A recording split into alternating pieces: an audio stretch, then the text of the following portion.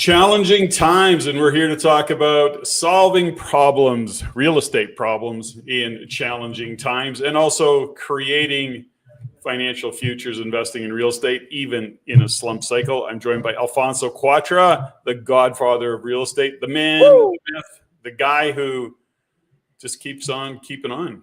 How you doing? Keep on keeping on. You know what? What else can we do? What else can we do?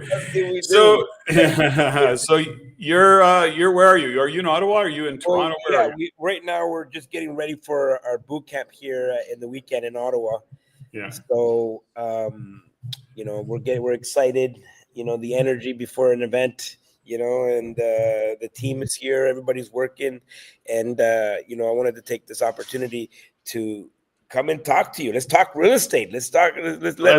Yes. What's going on in the market? I mean, what is the market? What is the market? I mean, let's face it. You know, we were speaking at the Real Estate Investor Conference in Edmonton a couple of weeks ago, Recon, and you look at what's going on in Edmonton, and it's all relatively positive. Things are looking pretty good, and some softening. People who are smart and who are watching and following the economic fundamentals, who are hanging out with guys like us, are seeing the future. They're being strategic, they're managing risk, and they're continuing to invest in real estate. Then you go to Ontario. Well, let's go to BC first. What's going on in BC? So listen, buddy. We were at our monthly member meeting. We had AJ Hazy out of Kelowna on, very astute investor, and got an amazing Advantage West realty in Kelowna. He's got an outstanding strategy right now that's working, built around a BRRRR, and then he added something to it, and I can't remember what it is, but basically it's doing a whole BRRRR into a rent-to-own strategy, and it's absolutely freaking brilliant. And he's crushing it. He's absolutely crushing it. So the point is that when you hang out in the right places, in the right spaces, nothing shuts you down. As a matter of fact, when you get these downturns, it's all kind of cool.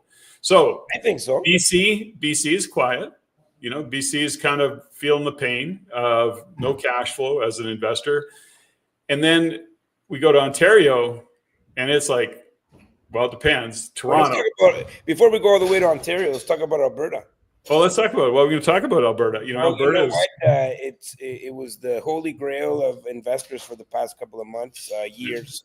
And, we're starting to see a little cooling, just as we've been talking about and we've been mentioning, so there's tends to be a little bit overbuilding and oversaturation, especially since, all of the investors across Canada were kind of stuck going to only one place where things worked. And so Alberta was that place. And, the reason why they call it Albertario is really you see this massive migration from Ontario to Alberta. And so the question is, why do people go there? Affordability, right? Mm-hmm. And when they go there, some of them are realizing there's a bit of a surprise, the price tag, price shock, what do they call it? Sticker shock, right? Yeah. Where it's not so affordable. And so where are they going to go, right? So there's still lots of opportunities in Alberta, as we've talked about. And you just got to be really conservative with your numbers and make sure you run your numbers. And we're looking at the secondary markets. I agree with you. We talked about this many times. But don't sleep on Saskatchewan. Saskatchewan seems to be one that's chugging along, right? Yeah, chugging away. But I think there's a couple things that I want to hit on. There's a couple of aspects to it. As you and I have been in this industry for many, many years, I don't sell real estate. What I want to do is provide the education and the economic updates for people. So if somebody buys real estate or doesn't buy real estate, doesn't really impact me. My whole goal and this goes back to not just people who are getting started, Alfonso, and we play that game so well. If somebody's interested in learning how to invest in real estate and doing it right and really getting the education and the support, that's our game. But what I'm seeing and hearing more of, and we can talk about this a little bit, is there's a lot of existing investors out there who are feeling a lot of pressure. They don't know where things are going. They're feeling lots of anxiety. Cash flow is either tight or upside down. And so, this is my kind of, I guess, what do I want to call it? My guidance, if you will, for those investors who are just sitting on the sidelines. Stay on the sidelines. That's fine. For those of you who are feeling some discomfort, feeling some pressure, feeling a little bit uncertainty and what to do, when to do, all the things that are going on, what will the bank do? Oh, there's so much of it, right? The point is put yourself in the right space, put yourself in the right room, surround yourself with the right people, and hang out with other like-minded investors, and you will crush it still. You'll solve problems. You'll see the future before it gets here. And this is always my message to investors, Alfonso, as you know. We want to be proactive, not reactive. We don't want to be kind of dealing with issues that show up today that we knew were coming a year ago. And that's so much of what is happening even right now, Alfonso. I want to say, get support. For those of you who are feeling pressure, there's lots of solutions. I've heard some great ones by some very sophisticated investors. So they're solving problems for other people, and they're also creating opportunities by solving those problems. I have to agree. And sometimes, depending on the strategy that you applied, at some point you might have to cut your losses and lick your wounds and keep moving forward, keep chugging along. If you have a portfolio that it's you've been building it up and everything is looking good, but you don't know where interest rates are going to be, I've always told people, don't forget about looking at the low-hanging fruit, meaning look at your existing portfolio, stabilize, optimize, and maximize. Mm-hmm. So, get ready. They talk about the I can't remember what was it, that story of the squirrels. One's packing away all the nuts for the winter, and the other one relaxing. And when winter comes, one is sitting there with no nuts. Right? Yeah, and Mai Tai in one hand and the beach in the other, sand in his toes. Yeah, and so Warren Buffett says that when the tide goes out, you find out who's been swimming naked. Yeah. And so, you want to make sure that you are ready for a storm, not that necessarily one will show up, or, we don't want to be the doom and gloom baby boomers, but or the loom. Anyways, doom and gloom boomers. I'm not a doom and gloom boomer. I always get that wrong. But ultimately, you want to make sure that you want to look at your situation. You want to look at your current portfolio and make sure that you're solid. Your systems are in place. You can cut costs. You can look at additional revenue. So when things tend to slow down, when we start to see higher vacancies, when things start to get uncomfortable, this is where you have to be a real investor, an investor that is overseeing their business, that's on top of their stuff, right?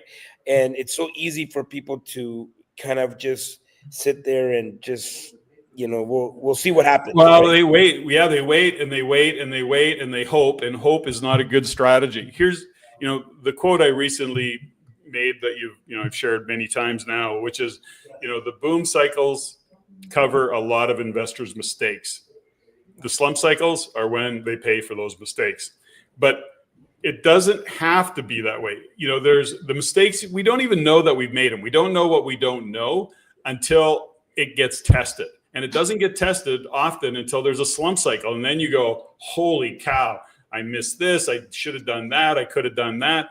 So part of that is also understanding, economically what's happening in that region. What are you looking for in terms of signs that you better batten down the hatches? Right now I'm saying be conservative in your financing.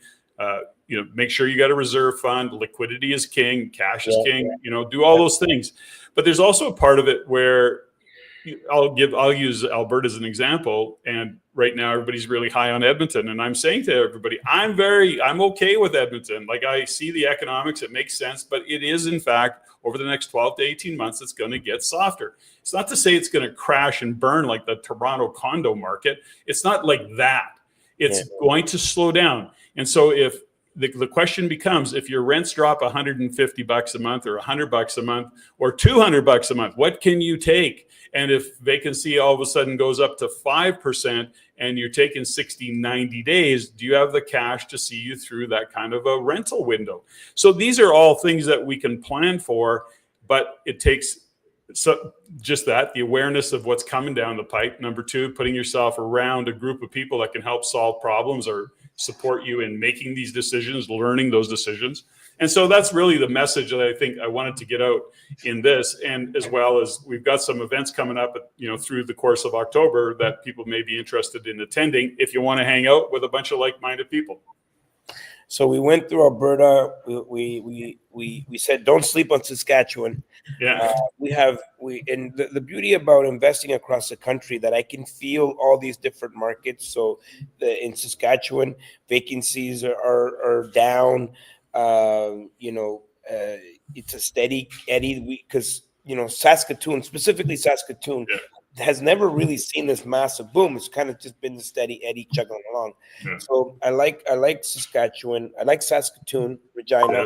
I like the bigger markets, and I would kind of if I'm investing in Alberta, I'll be looking at secondary markets. If I'm investing in Saskatchewan, I'll be looking at primary markets like Saskatoon or Regina.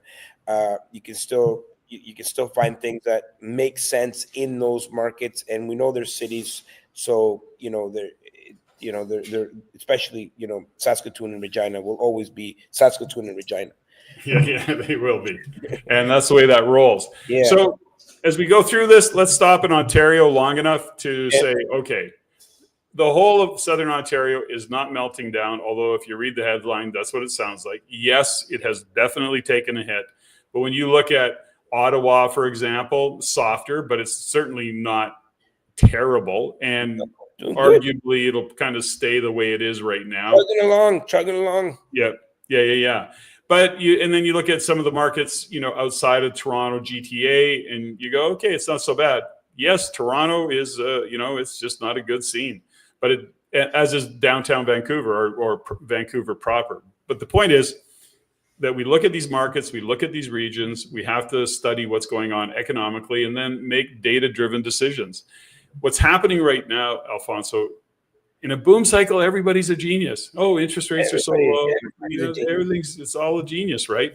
And then, but the real opportunities and the most sophisticated and the most successful real estate investors, they play in this space. They're not chasing deals. They're writing great offers. They can kind of do great diligence. And are deals easy to find? No, but they're out there, and it's worth the work and worth the effort. I would agree. I was saying that to you yesterday. For the first time, we're underwriting things in Toronto. So as things get soft, people become flexible, and now people are seeing things with a whole new lens.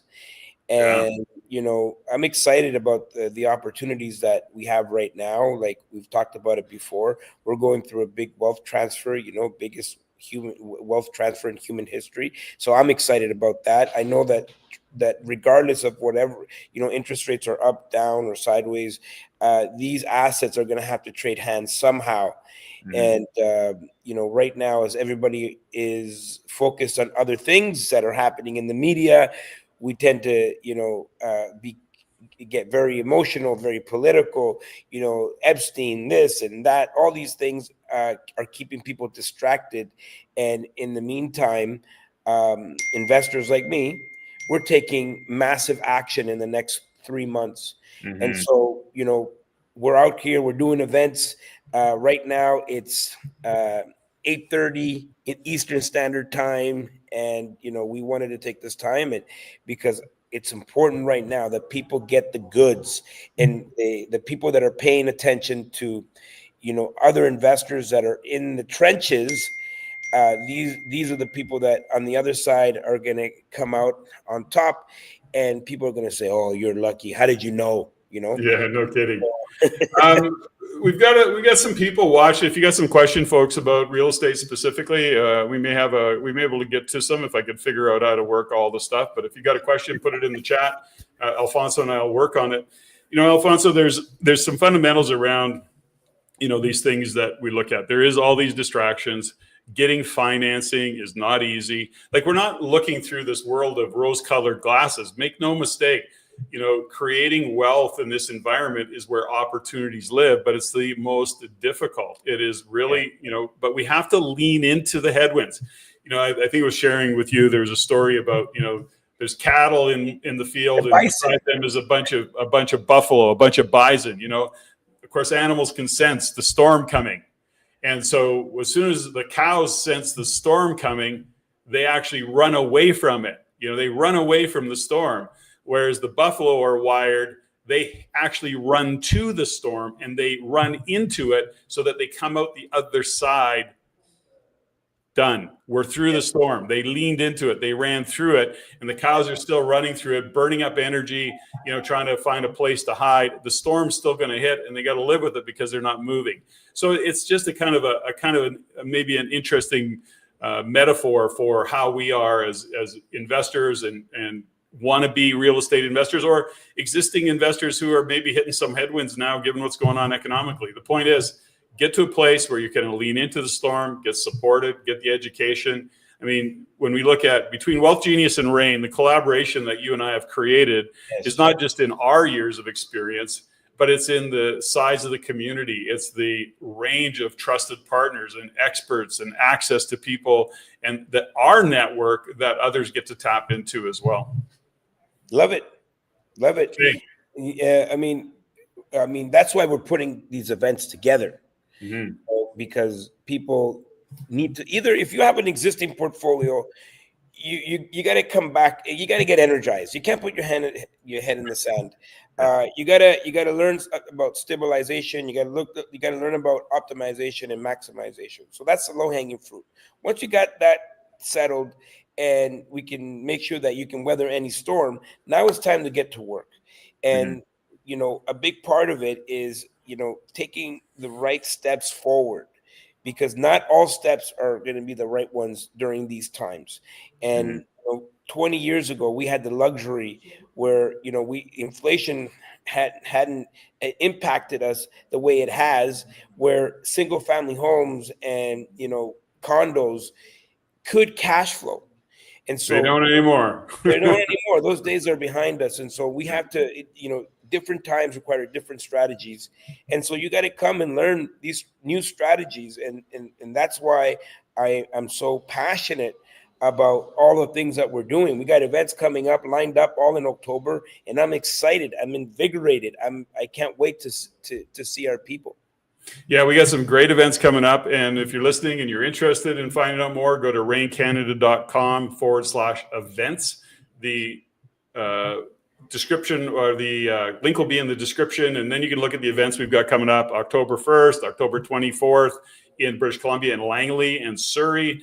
Then we're there. And then we head to Toronto, and we're doing Expand on the 31st, the 1st, and the 2nd.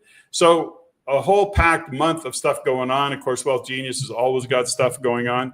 But ultimately, folks, I encourage you to not kind of curl up in the fetal position in your basement and not think that real estate's an option. I will say again, given what's happening in the world economically, and I'm talking global macro, we must own hard assets, and real estate is one of the hard assets that you should have in your portfolio.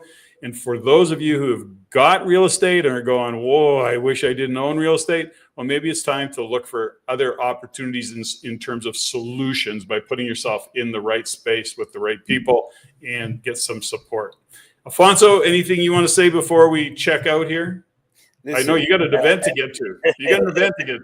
Well, we're just setting up here, but ultimately, I want to leave people with this. If nothing happens, nothing happens. And if you do nothing, don't expect anything to happen, right? Mm-hmm. And in fact, things will get worse. And so the most powerful thing that you can do is put one foot in front of the other and take action. And we're here to support, as is the rest of the community and many, many others who are playing the game and doing it really well. and having some great success. There was one comment. I just want to see if there's anything. Oh, we got Mario giving us good advice. Thanks, Mario. Anyways, we are signing off. And Alfonso, thank you, my friend. We'll see you at the top. We will be seeing you soon.